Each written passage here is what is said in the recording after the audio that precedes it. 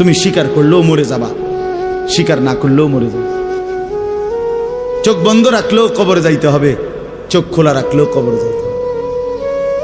কি বলে, রাজপ্রাসাদের মানুষটাও মরে যাবে, কুড়ে ঘরের মানুষটাও মরে যাবে। সুখের খাবার যার মুখে সেও মরে যাবে, ভিক্ষার থালা যার হাতে সেও মরে যাবে, যাবে না? তো যেটা নিশ্চিত অনিবার্য বাস্তবতা, যে মৃত্যুকে আড়াল করার, অস্বীকার করার, পাশ কাটার কোনোই ব্যবস্থা নাই, কোনোই ব্যবস্থা নাই। না না ক্ষমতা দেখাইয়া, না কাইন্দা কাইটা, কোনো সিস্টেম নেই। ক্ষমতা দিয়েও মৃত্যুকে ঠেকানো যাবে না, কাইন্দা কাইটাও কি করা যাবে না মৃত্যুকে। যেটা নিশ্চিত সেটাকে ভুলে যাওয়া কেন ভাই? কেন ভুলে যাব আমরা?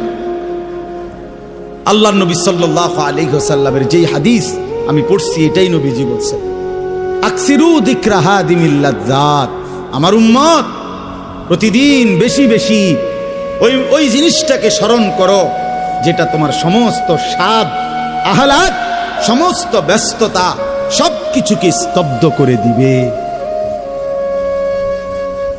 সবকিছু, সেটার নাম মৃত্যু। হাদিসে আছে মৃত্যু সবকিছু বন্ধ করবে। তোমার নাক, তোমার চোখের দৃষ্টি, তোমার কানের শ্রবণ শক্তি, তোমার জবানের উচ্চারণ, তোমার জিহ্বার স্বাদ, তোমার হাতের নড়াচড়া, তোমার ব্যস্ততার এই জিন্দেগি স্তব্ধ করে দিবে। দিবে কিনা বলে? আমি অনেক সময় বলি, আমার প্রায় সময় জানাজা পড়তে গেলে মনে হয়, দেখবেন জানাজার নামাজেও মনে করেন 10:30 বাজে জানাজার টাইম দিছে, 10:30 জানাজা, 10:34 বাজে গেছে, 30-40 বাজে গেছে। কিছু মানুষের এই পরিমাণ অস্থিরতা, এই মিয়া টাইম টেবিল ঠিক রাখো না, কইলা 10:30 জানাজা, 10টা মিনিট ওভার হয়ে গেছে, কতক্ষণ খাড় করার একবার। মানে উনি ব্যস্ত, ওনার এই 10 মিনিট সময় নাই। আল্লাহর কসম বন্ধু, এই মানুষটাও এরকম ব্যস্তই ছিল।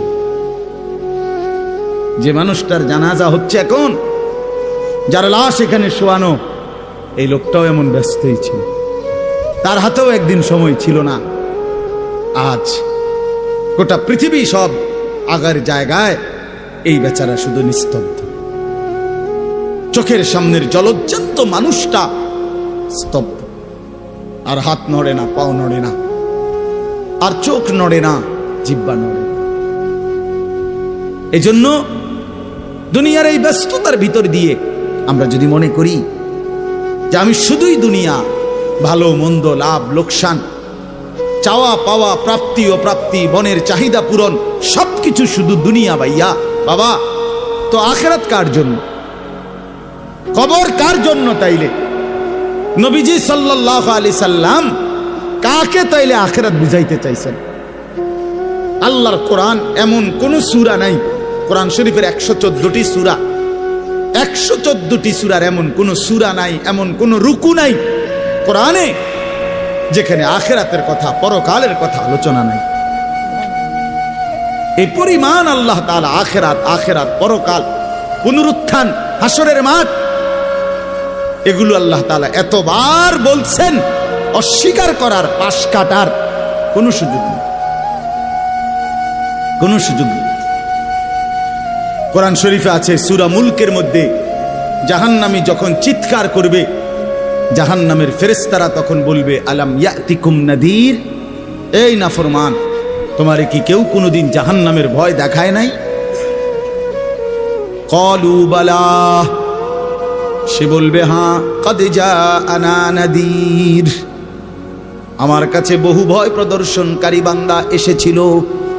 কত ইমাম, কত খতিব, কত আলেম, কত ওয়াইজ, কত বক্তা, কত পীর, কত মাশায়েখ, কত আউলিয়া, কত বুজুর্গ চোখের পানি ফেলে ফেলে বারবার বারবার আমার এই জাহান্নামের কথা বলছিল, কিন্তু ফাকাদ্দাবনা, আমি মিথ্যা মনে করেছি।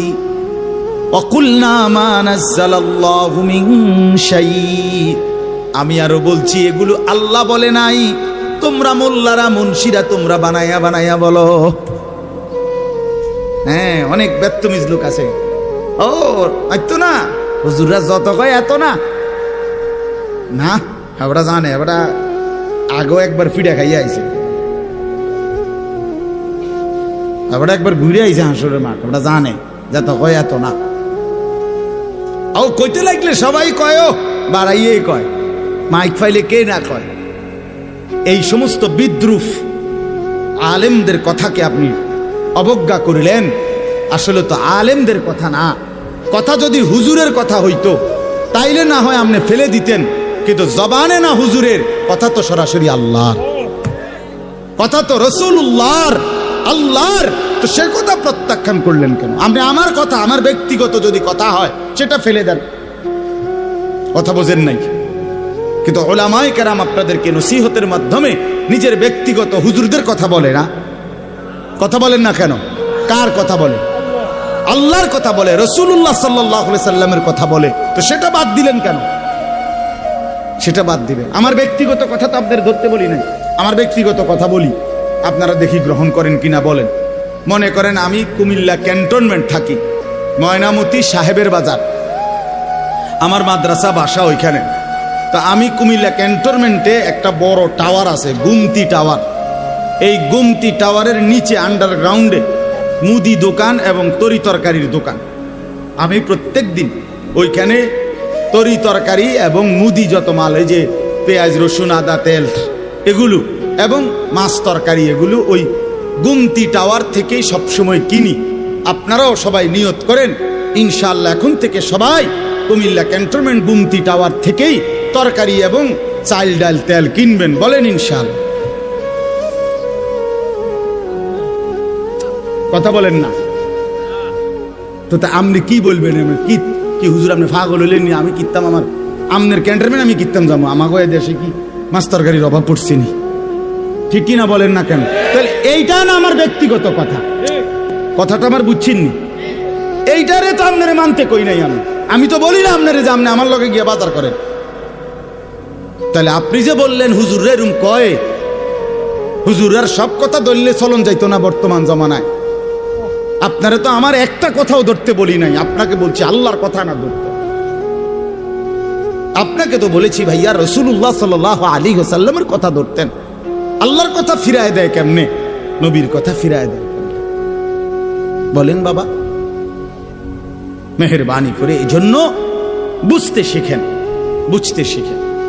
তিনটা জিনিস আমাদের মধ্যে লাজেম থাকা চাই। এক হলো তাওহীদ, দুই হলো রিসালাত, তিন হলো আখিরাত। এই তিন জিনিস ভুলে গেলে মুসলমান হয় না।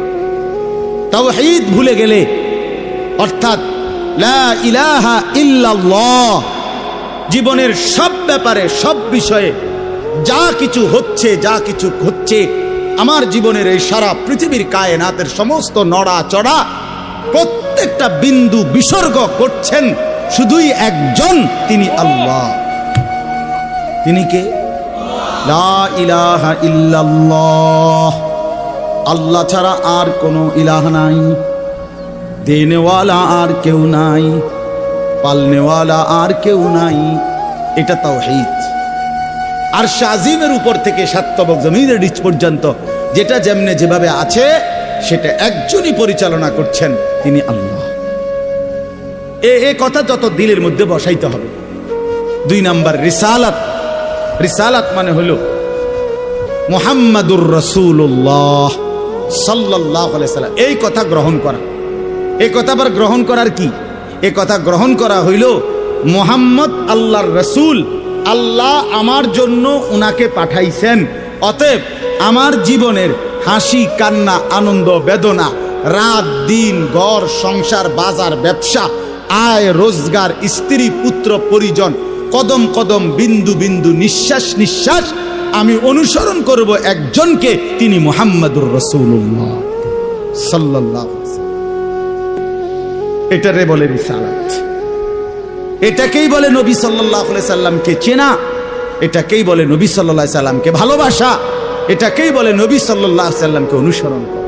আমার ভাইয়া, আল্লাহর দোয়াই আপনি আপনার জায়গাতেই থাকেন, আপনি আপনার তরিকাতেই থাকেন, আপনি আপনার পীরের কাছেই থাকেন, যে যেখানে আছেন থাকেন, কোনো অসুবিধা নাই। শুধু নিজেরে ধোকা দিয়েন না, ধোকা খাইয়েনও না, কাউরে ধোকা দিয়েনও না। আল্লাহ রসুল বলছে আল মুমিনু লা ইয়াখদাউ ওয়ালা ইউখদাউ। খেয়াল করে শুনেন এই কথাটা। মুমিন, নবীজি বলছে, কোন ইমানদার কাউকে ধোকা দেয় না। খোদার কসম নবী বলছে ইমানদার ধোকা খায়ও না। লা ইয়াখদাউ অর্থ সে ধোকা দেয় না, ওয়ালা ইউখদাউ অর্থ নিজেও ধোকা খায় না। অতএব রাসূলুল্লাহ সাল্লাল্লাহু আলাইহি সাল্লামের সাথে সম্পর্ক, ভালোবাসা, মহব্বতের সবটা 100 অনুসরণের মাধ্যমে, অনুসরণের মাধ্যমে। চেহারায় যার দাড়ি নাই সে রসুলকে ভালোবাসে না, ঘরে যার স্ত্রী বেপর্দা সে রসুলকে ভালোবাসে না, উপার্জনের মধ্যে যার হালাল নাই সে রসুলকে ভালোবাসে না, জীবনে যার সুন্নত তরিকার অনুসরণ নাই সে আল্লাহর রসুলকে কশ্চিন কালেও ভালোবাসে না। ভালোবাসে বললে এটা ভালোবাসার নামে ধোঁকা, মিথ্যাবাদিতা ছাড়া আর কিচ্ছু না। হ্যাঁ, হাসরের ময়দানে মার খাইয়েন না, ধরা খাইয়েন না। কথা বুঝছেন না? এখানে গাছ জোর দেখাইয়া হয়তো আমনে চিৎকার দিয়া, হুঙ্কার দিয়া, এই কইয়া সেই কইয়া, খাইয়া দাইয়া, বিরিয়ানিয়ে খিচুড়িয়ে মিল্লা পার হইয়া গেলেন আর কি। কিন্তু কবর, আখেরাত এত সুঝান। আখেরাত হাসরের মাঠ, মামুর বাড়ি না। হাসরের মাঠ নানার বাড়ি না, আমনের সাসার শ্বশুর বাড়ি না। হাসরের মাঠ সেই মাঠ, ১৬ লক্ষ আম্বিয়া, আদম থেকে মুহাম্মদ সাল্লাল্লাহু আলাইহি সাল্লাম পর্যন্ত সমস্ত নবী রাসূল যে মাঠের ভয়ে আল্লাহর কাছে দিবানিশি কাঁদছেন, সেই মাঠের নাম হাসরের মাঠ।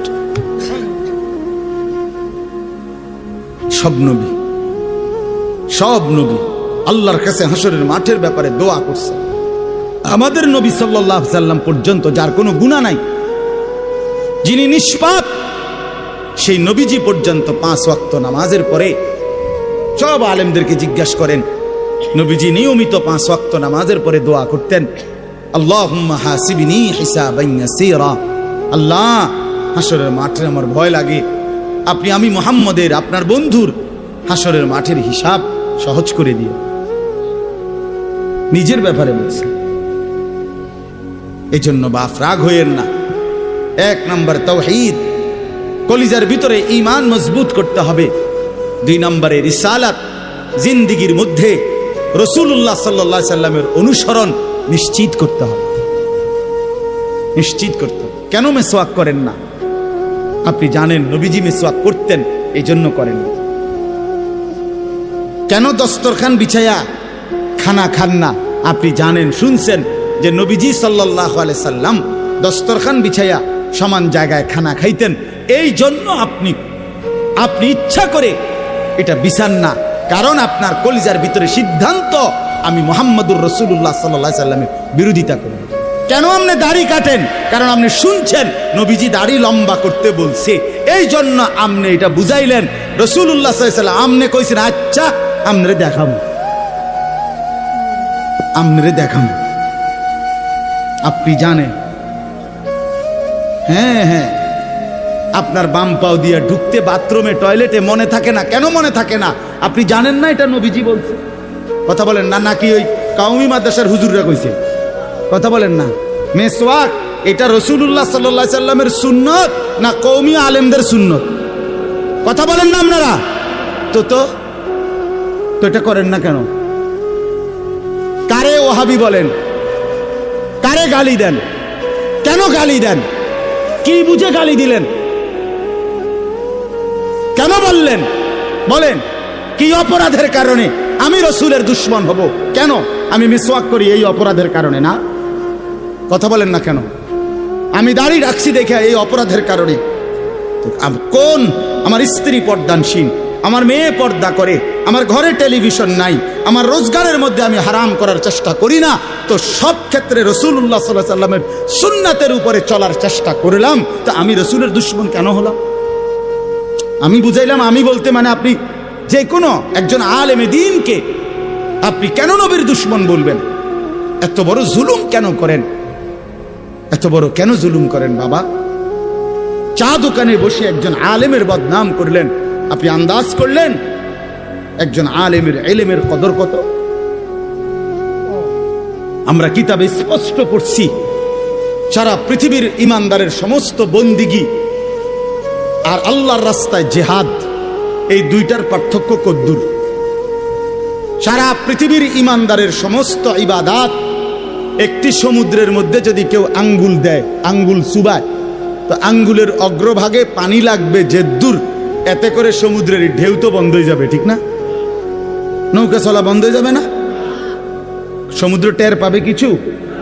কিতাবে স্পষ্ট আছে একজন ইমানদারের সমস্ত মুমিনের সব ইবাদত একত্র করিলে এইটার মর্যাদা হলো আঙ্গুলের অগ্রভাগের পানি। আর আল্লাহর রাস্তার জিহাদ ফি সাবিলিল্লাহ, জীবন দেওয়া, জিহাদ করা, এটা সমুদ্রের বাকি পানি। এরপরে লিখছে যে সমস্ত ইবাদত এবং আল্লাহর রাস্তার যুদ্ধ, এইটাও এবার একসাথ করেন। এই সবটা এবার ইবাদাত এমনকি জিহাদ সবটা একত্র করিলে আঙ্গুলের অগ্রভাগের পানি, খোদার কসম, আল্লাহর কসম, এলেম, কোরআন সুন্নাহর এলেম, এইটা সমুদ্রের বাকি পানি।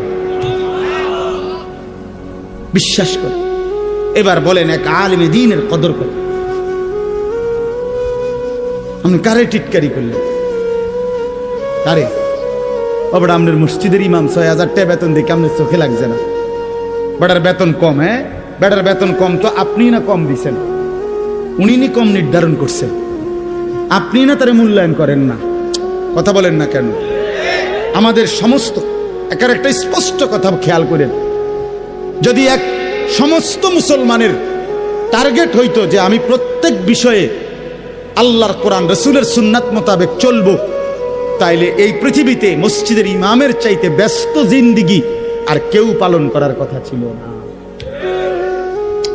কেন? ওই মহল্লার সমস্ত মানুষের ঈমান, ইসলাম, আখিরাতের সমস্ত দিক নির্দেশনা সারাক্ষণ উনাকে দিতে হইতো। তখন উনার কদরও হইতো অনেক, তখন উনার বেতনও হইতো অনেক, উনার হাদিয়াও হইতো অনেক। কিন্তু আমাদের কলিজার ভিতরে আখিরাত লাগে না মনে হইছে, কোরআন তেলাওয়াত লাগে না, রসুলের সুন্নাত লাগে না। মেয়ের বিয়েটার মধ্যে নবীর সুন্নাত কি এটা জানার দরকার নাই, ছেলের বিয়েটার মধ্যে নবীর সুন্নাত কি এটা জানার দরকার নাই। ওই হদ্দার মাতব্বর মিল্লা তারা ঠিক করছে বিয়েটার মধ্যে চেয়ার হইব ২০০, টেবিল হইব মোট ৩০টা, গেট হইব একটা ৭০,০০০ টাকা দামের গেট, হাইয়েস্ট গাড়ি যাব ৬০টা, প্রত্যেকটার মধ্যে বেড়া বেড়ি মিল্লা বইব ১৪ জন, তো ৫টার মধ্যে ৫, ১৪, ৭০ জন। এরপরে দিয়া গেটে দিব ২,০০০, বাজে খরচ হইল ৩,০০০, এই হইল ৫,০০০। এগুলো হইল হিসাব। আর হুজুরে আইয়া কয়ে গেছে রবিবারে মাইয়াগার বিয়া, দুপুরে দুগা ভাত খেয়ে যাই। বুঝেন নাই?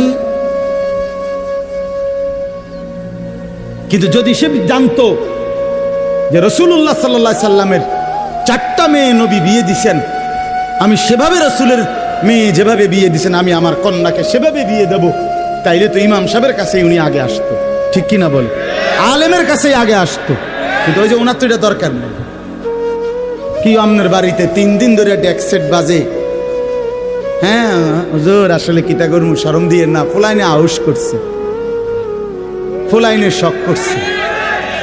হায় রে আল্লাহ, হায় মুসলমান, এইভাবে রাসূলুল্লাহ সাল্লাল্লাহু আলাইহি সাল্লামের হুকুমকে, সুন্নাতকে গলা টিপে হত্যা করলেন।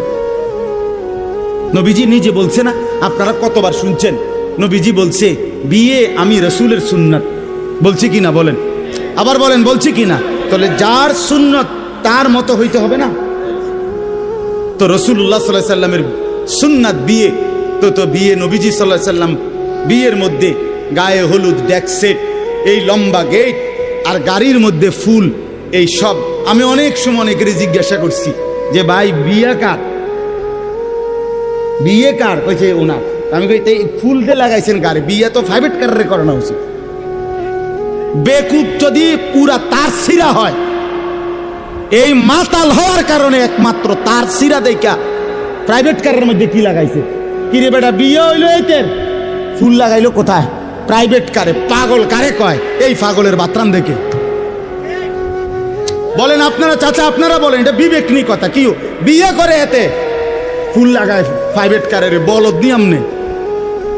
এর থেকে বড় বলদ আর কি? আস্তাগফিরুল্লাহ, কি পরিমাণ বোকা আমরা। 10,000 টাকা কোথায় লাগাইলেন?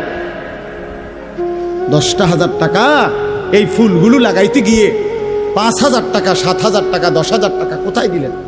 10,000 টাকা পেলে একজন এতিম সন্তান 1 বছর পড়ালেখা করতে পারত। 10,000 টাকা পেলে একজন বিধবা নারী হয়তো তার 2 মাসের চাল ডাল কিনতে পারত। আর আপনি বিয়ের গাড়িটা সাজায় নিয়ে গেলেন,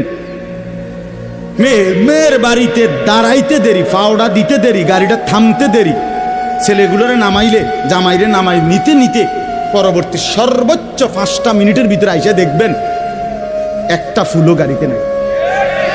এত বড় বেউকুফ যেটা আমার 5টা মিনিট টিকলো না, আমি কার জন্য সাজাই? কার জন্য সাজাই? এই জন্য বাবা 1 নাম্বার বললাম আল্লাহর প্রতি তাওহীদ, আর 2 নাম্বার হলো পুরা জিন্দেগি রাসূলুল্লাহ সাল্লাল্লাহু আলাইহি সাল্লামকে অনুসরণ করা। 3 নাম্বার হলো আখিরাত। সবকিছুর ক্ষেত্রে ফিকির করবেন। আপনি আমি সবাই মৃত্যুর মাধ্যমে আখিরাতের দিকে যেতে হবে। কিসের দিকে? হ্যাঁ, মৃত্যু মানে শেষ না, মৃত্যু মানে সমাপ্তি না, মৃত্যু মানে শেষ না বাবা। মৃত্যু মানে আখিরাত, পরকালের জিন্দেগি, পরবর্তী অধ্যায়, নতুন অধ্যায়ের শুরু, নতুন অধ্যায়ের শুরু।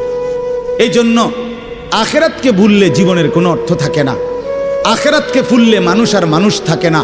বিশ্বাস করেন, পরকালের অনুভূতি যার নাই, কবরের অনুভূতি যার নাই, হাসরের ময়দানের বিবেক যার নাই, আল্লাহর কসম ওই ব্যক্তির জীবনের কোনো নিয়ন্ত্রণ নাই। সে যা ইচ্ছা তাই করে, জন্তু জানোয়ার যা করে। সমস্ত মানুষ যারা অপরাধ থেকে বেঁচে থাকে এবং পুণ্যকর্ম উত্তম কাজে লেগে থাকে, তার একটা মূল ফিকির তার কলিজার ভিতরে এটা আছে, আমি গুনাহ থেকে বাঁচতে হবে, আমি নেক কাজ করতে হবে। কেন? আমাকে আখিরাতে যেতে হবে। কথা বলেন না কেন? যে গুনাহ থেকে বাঁচে, কেন বাঁচে? আখিরাত আছে। যে নেক কাজ করে, কেন করে? আখিরাত, আখিরাত আছে, আখিরাত আছে। এই জন্য এই 3 জিনিস শেখা দরকার, কলিজার মধ্যে আনা দরকার। তাওহীদ, রিসালাত, আখিরাত। বলেন কি? তাওহীদ মানে লা ইলাহা ইল্লাল্লাহ, বলেন। রিসালাত মানে মুহাম্মাদুর রাসূলুল্লাহ, আর আখিরাত মানে পরকাল। এখন আসেন শেষ অংশে। আখিরাতের এই পুরা আখিরাতের পরকালের জিন্দেগিটার উদ্বোধন, শুরু মৃত্যু। মৃত্যুর মাধ্যমেই শুরু হয়। এই আমি শুধু যে আয়াতটুকু পড়ছি আপনাদেরকে শুধু তর্জমা শুনাই। আল্লাহ তাআলা বলেন, দুনিয়ার জীবনে, এই অল্প একটু আর দুনিয়ার জীবনে যেই মানুষটা আল্লাহর নাফরমানি, অবাধ্যতা, রাসূলের বিরোধিতা, কোরআন সুন্নাহর বিরোধিতা, আল্লাহর হুকুমের বিরোধিতা করে কাফের, মুশরিক, বেঈমান, নাফরমান, পাপী হয়ে জিন্দেগিটা কাটাইছে, আল্লাহ তাআলা বলেন তার আখিরাত যে কঠিন হবে এটার প্রথম প্রমাণ হলো তার মৃত্যুর মুখে গিয়া আজরাইল, মালাকুল মউত যখন আসবে, আল্লাহর কসম আল্লাহ বলেন তার মৃত্যুর যন্ত্রণাটা হবে অত্যন্ত ভয়ানক। এটা দিয়েই শুরু হবে। সে মালাকুল মউত আজরাইলকে দেখেই আর তার রুহু কবচ দেখেই সে বুঝে ফেলবে তার পরবর্তী স্টেজ বড় বিপজ্জনক, তার সামনের জিন্দেগি বড় বিপজ্জনক। আল্লাহ তাআলা বলেন সমস্ত নাফরমান ব্যক্তির জান কবজের মুহূর্তটা খুব বেশি যন্ত্রণাদায়ক, খুব বেশি যন্ত্রণাদায়ক, খুব বেশি। এই যন্ত্রণার সিস্টেম হইল, নবীজি বলছেন প্রত্যেক নাফরমান পাপী, হাদিসের মধ্যে আছে নেককার ব্যক্তি ফেরেশতা আজরাইল অত্যন্ত সুন্দর আকৃতিতে নেককার ব্যক্তির কাছে আইসা তার রুহু কবজের সময় বলবে, হে পবিত্র আত্মা, আল্লাহর সন্তুষ্টি নিয়ে তুমি বের হয়ে আসো। আল্লাহ রাসূল সাল্লাল্লাহু আলাইহি সাল্লাম বলেন, কোন পাত্র থেকে পানি যেভাবে ঢেলে দেয়, এটা যেরকম আরামসে পড়ে যায়, বের হয়, আল্লাহর কসম নবীজি বলেন নেককার ব্যক্তির রূহটা মালাকুল মউত আজরাইলের হাতে এরকম আরামসে চলে আসে। আর আল্লাহর নবী সাল্লাল্লাহু আলাইহি সাল্লাম বলেন কোন নাফরমান পাপী এক নম্বরে তার মৃত্যুর সময় প্রথম হলো ফেরেশতা মালাকুল মউত আজরাইল অত্যন্ত নিকৃষ্ট বিভৎস কুৎসিত চেহারা নিয়ে তার সামনে দাঁড়াবে। আমার কাছে আরবি কিতাব আছে, ইমাম কুরতুবির কিতাব আত-তাযকিরা, এই কিতাবের মধ্যে আছে ইব্রাহিম আলাইহিস সালাম একবার আজরাইলকে বলছিল, আজরাইল কোন নাফরমান পাপী ব্যক্তির যে সময় জান কবজ করো তখন তুমি যেই চেহারা নিয়ে তার সামনে দাঁড়াও ওইটা আমার একটু দেখাও। কিতাবে আছে আজরাইল বলছে ইব্রাহিম আলাইহিস সালামকে যে আল্লাহর কসম আপনি সহ্য করতে পারতেন না। ইব্রাহিম আলাইহিস সালাম বলেন না, তুমি আমারে দেখাও, আমি দেখুমই। তো আজরাইল ওই আকৃতিটা ধারণ করছে। কোন পাপীর রুহু কবজের সময় উনি যেই চেহারা ধরে অত্যন্ত নিকৃষ্ট কুৎসিত চেহারা। তো কিতাবে স্পষ্ট আছে, ইমাম কুরতুবী বলেন ইব্রাহিম আলাইহিস সালাম চিৎকার দিয়া বেহুশ হয়ে গেছে। লম্বা সময় পরে হুঁশ আসার পরে উনি চোখের পানি ফেলে আল্লাহকে বলছে, আল্লাহ তোমার কোন নাফরমান বান্দা পরবর্তীতে কবরের আযাব, হাসরের আযাব, জাহান্নামের আযাব আর কিছুই লাগবে না, শুধু কেবল আজরাইলের এই বিভৎস চেহারার যদি একবার দেখে তার ৬০ বছরের নাফরমানির শাস্তির জন্য এটাই যথেষ্ট, এটাই যথেষ্ট। আল্লাহর নবী সাল্লাল্লাহু আলাইহি সাল্লাম বলছেন, কোরআনে আল্লাহ বলছেন এই মালাকুল মউত আজরাইল যখন কোন পাপী নাফরমানের জান কবজ করতে আসবে তে প্রথম এই কলিজাটার ভেতর থেকে যে রূহ আছে, এই কলিজার ভিতরে কলবের ভিতরে যে রূহ, এই রূহটা ধরে টান মারবে যখন, একটা টানে কলিজাটা ছিঁড়া, রূহটা ছিঁড়া এই কণ্ঠনালী পর্যন্ত চলে আসবে। কাল্লা ইযা বালাগাতিত তারাকিয়া, কাল্লা ইযা বালাগাতিত তারাকিয়া। আর কিছুই না বান্দা, শোনো, যখন নাফরমান তোমার জান কবজের সময় রূহটা চলে আসবে কণ্ঠনালীতে, এবার রূহটা বের হতে চাইবে না, বের হতে চাইবে না, নাফরমান ছটফট করবে। আর ফেরেশতা আজরাইল, ফেরেশতা ছিঁড়া বিরা কোন জিনিসকে, কোন ধারালো লোহা, শিক, এটা যদি আগুনের মধ্যে, আপনার আগুনে পোড়ানো জিনিসের মধ্যে টান দেয় তাহলে যেরকম ছিঁড়া ভিড়া আসে, আল্লাহর কসম আল্লাহ রাসূল বলছে আজরাইল যখন রূহ ধরে আবার টান মারবে তো সমস্ত শরীর ছিন্ন ভিন্ন করে এই রূহ বের করে আনবে। ওয়াকিলা মান রাক, আল্লাহ বলে আশপাশের মানুষগুলো তখন বলবে ওই লোকের ছটফটানি দেখা, হায় তাকে বাঁচাবার জন্য কোনো ওজা ডাকো, বৈদ্য ডাকো, ডাক্তার ডাকো, কবিরাজ ডাকো, কে আছো তাকে চিকিৎসা করবে, ডাকো না, আনো না, কত ভীষণ ছটফট করছে। আল্লাহ বলেন যান্না আন্নাহুল ফিরাক, কিন্তু ওই নাফরমান বুঝে ফেলবে আজ আর তাকে কেউ ফিরাইতে পারবে না, তাকে দুনিয়া থেকে বিচ্ছিন্ন হতেই হবে, তাকে চলে যেতেই হবে। বন্ধু আমার, বাপ আমার, একটা জরুরি কথা আপনারা বয়স্ক লোকেদেরকে বলি। রাসূলুল্লাহ সাল্লাল্লাহু আলাইহি সাল্লাম বলেছেন, আমার এই কথাটা খেয়াল করেন, নবীজি বলছেন ইন্নাল্লাহা ইয়াকবালু তাওবাতাল আবদ মা লাম ইউগারগির। বান্দা যখন আজরাইলকে দেখে তখন তার রুহে, তার শরীরের মধ্যে আরে গড়গড়া শুরু হয়, মৃত্যুর গড়গড়া শুরু হয়। আল্লাহ রাসূল বলছেন তখন আর আল্লাহ তাআলা কারো কোনো তওবা কবুল করেন, তওবা কবুল করেন। ওয়ালাইসাতিত তাওবাতু লিল্লাযিনা ইয়ামালুনাস সাইয়্যাত হাত্তা ইযা জাআ আহাদাহুমুল মাউত ক্বালা ইন্নী তুবতুল আন। আল্লাহ বলেন যে মৃত্যু পর্যন্ত নাফরমানি করে গেছে, যখন মৃত্যুর মুখে আজরাইল আসছে এখন বলতেছে আল্লাহ আমি তওবা করলাম।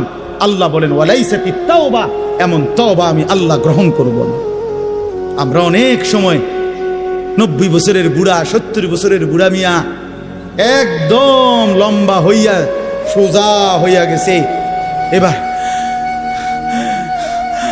দম টাইনতে আছে লম্বা কইরা, এই সময়ে গিয়া 200 টাকা হাদিয়া দিয়া হুজুর আনছে, হুজুর তোবাটা ফরাইয়া দেন, আব্বারে ব্যস্তটা বুঝ করে দেন, ধরেন এই 200 টাকা। কি তওবা করাবে হুজুর? হুজুর এখন ওনার কোনো এহসাস অনুভূতি আছে? কথা বলেন না কেন? উনি জানে কিছু কি বলতেছে, কি তওবা করাইলেন? কিসের তওবা? কিসের তওবা এটা? কিসের তওবা? গুনাহ করলেন আপনি, আপনার ফরামু বুঝি আমি? হ্যাঁ, আপনার গুনাহ আপনি না জানেন।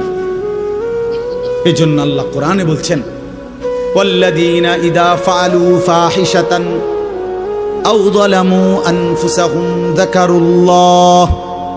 আল্লাহ বলে, বান্দা শোনো, জীবনভর যদি গুনাহ করো, নাফরমানি করো, জুলুম করো, নাফরমানি করো, কিন্তু আমার যেই বান্দা গুনাহ করবে অথবা নাফরমানি, অশ্লীলতা, বেহায়াপনা করে, আল্লাহ বলেন যদি সাথে সাথে আমি আল্লাহকে মনে করে, অতঃপর ফাস্তাগফারু লিযুনুবিহিম, আমি আল্লাহর কাছে নিজের গুনাহের জন্য মাফ চায়, ওমান ইয়াগফিরুয যুনুবা ইল্লাল্লাহ, বুঝে শুনে দিল থেকে বলে আল্লাহ আপনি মাফ না করলে মাফ করবে কে? ওয়ালাম ইউসিররু আলা মা ফাআলু ওয়া হুম ইয়ালামুন, আর আল্লাহকে বলে আল্লাহ এই গুনাহ আমি ছেড়ে দিলাম, ওয়া হুম ইয়ালামুন, জেনে বুঝে এমন নাফরমানি আর করব না, মাফ করে দেন। খোদার কসম আল্লাহ বলেন, বুঝে শুনে আমার বান্দা যদি গুনাহ ছেড়ে দিয়ে আর করবে না, ওয়াদা দিয়ে আমি আল্লাহর কাছে চোখের পানি ফেলে মাফ চায়, এবার গুনাহ যদি আসমান পরিমাণও হয়, আমি আল্লাহ ওয়াদা করলাম বিনিময়ে পুরা মাগফিরাত দিয়ে দেব। উলাইকা জাযাউহুম মাগফিরাতুম মির রাব্বিহিম, পুরা মাফ। যে শর্ত হইল বান্দা আর করবা না, ওয়াদা দিতে হবে, গুনাহগুলো ছেড়ে দিতে হবে। আমনের কলজার ভিতরে হইল আমনে কোনো সুদের টিয়া ছাড়তেন না, আমনে কোনো বিড়িখানা ছাড়তেন না, আমনে কোনো সাদওয়ানের টেলিভিশন সাউন্ড বন্ধ করতেন না, আমনে হুজুরের লগে যে ডোলেন আস্তাগফিরুল্লাহ রাব্বি, আমনে কীর্তন লরেন, আমনের পকেটে দে বিড়ি, আমনের লেগে দে সাদওয়ানে টেলিভিশন লইয়া বইয়া রয়েছে দোকানদার, আমনে লরেন কীর্তন, কি এর তওবা করেন কার কাছে? আল্লাহ বুঝে না? কথা বলে না? হ্যাঁ, আল্লাহ জানে না? এটারই নি কয় তওবা। টেলিভিশনের দিকে চাইয়া চাইয়া কয় তোবা তোবা তোবা তোবা। আহারে কিতে রে বাবা রে, দেশটার মধ্যে কি শুরু হইল? আপনি যেটি চাইতে আছেন এটি শুরু হয়েছে। আস্তাগফিরুল্লাহ, আস্তাগফির। এজন্য বাবা জওয়ান হন, বৃদ্ধ হন, গুনাহ ছাড়তে হবে এখন। কখন বলেন? ওই বাবা বলেন না কখন? এখন এখন এখন, আজ। গুনাহ করলেন যখন, ছাড়বেন তখন। দিল, দিমাগ, আকল, হুঁশ আছে যখন, এটা মনে রেখে। আল্লাহ তাআলা বলেন, ওয়াযান্না আন্নাহুল ফিরাক, আশপাশের লোকজন তো ডাক্তার কবিরাজ লইয়া ডাকাডাকি করছে, কিন্তু সে বুঝে ফেলছে তাকে দুনিয়া থেকে আলাদা হবে, আর থাকতে পারবে না। ওয়ালতাফাতিস সাকু বিসাক, আল্লাহ তাআলা বলেন ভয়ে আর আতঙ্কে নাফরমান পাপী জান কবজের সময় তার দুইটা পাও মিলাইবার মতো ক্ষমতাও আর তার থাকবে না। পায়ের দুইটা গোসা, গোড়ালি, এইটা পর্যন্ত কদ্দুর লাগানো অথবা সরানো এই ক্ষমতাটাও থাকবে না। এতটা ভয়ে আতঙ্কে পাও নিয়ে পড়ে থাকবে যে পায়ের গোসা, গোড়ালিটা পর্যন্ত নাড়াইতে পারবে। ইলা রব্বিকা ইয়াউমাইদিনিল মাসাক, আর এই অবস্থাতেই তাকে আল্লাহ তাআলার কাছে পৌঁছতে হবে। কার কাছে বলেন না? এবার দেখেন এই কথাটা ছেলেরা তোমরা শোনো, শুনো, চাচারাও শোনেন, নওজোয়ান তোমরাও শোনো। 4টা আয়াতে কোরআনুল কারীমে আল্লাহ বলছেন, মোট 4 জায়গায়, যে আল্লাহ বলছেন মৃত্যুর যন্ত্রণা নাফরমানের অত্যন্ত কঠিন। এই জান কবজের সময় একেবারে সব ছিঁড়ে লাবে। তো এইটা আল্লাহ বলছেন মৃত্যুর যন্ত্রণা সবচেয়ে বেশি কঠিন, যে মৃত্যুর রুহু কবজের এটা কার হবে, কার জান কবজের সময় যন্ত্রণা হবে কঠিন। আল্লাহ বলছেন ফালা সাদ্দাকা ওয়ালা ইলা রব্বিকা ইয়াউমা ইদিনিল মাসাক ফালা সাদ্দাকা ওয়ালা সাল্লা। কেন মৃত্যু যন্ত্রণা হচ্ছে, কেন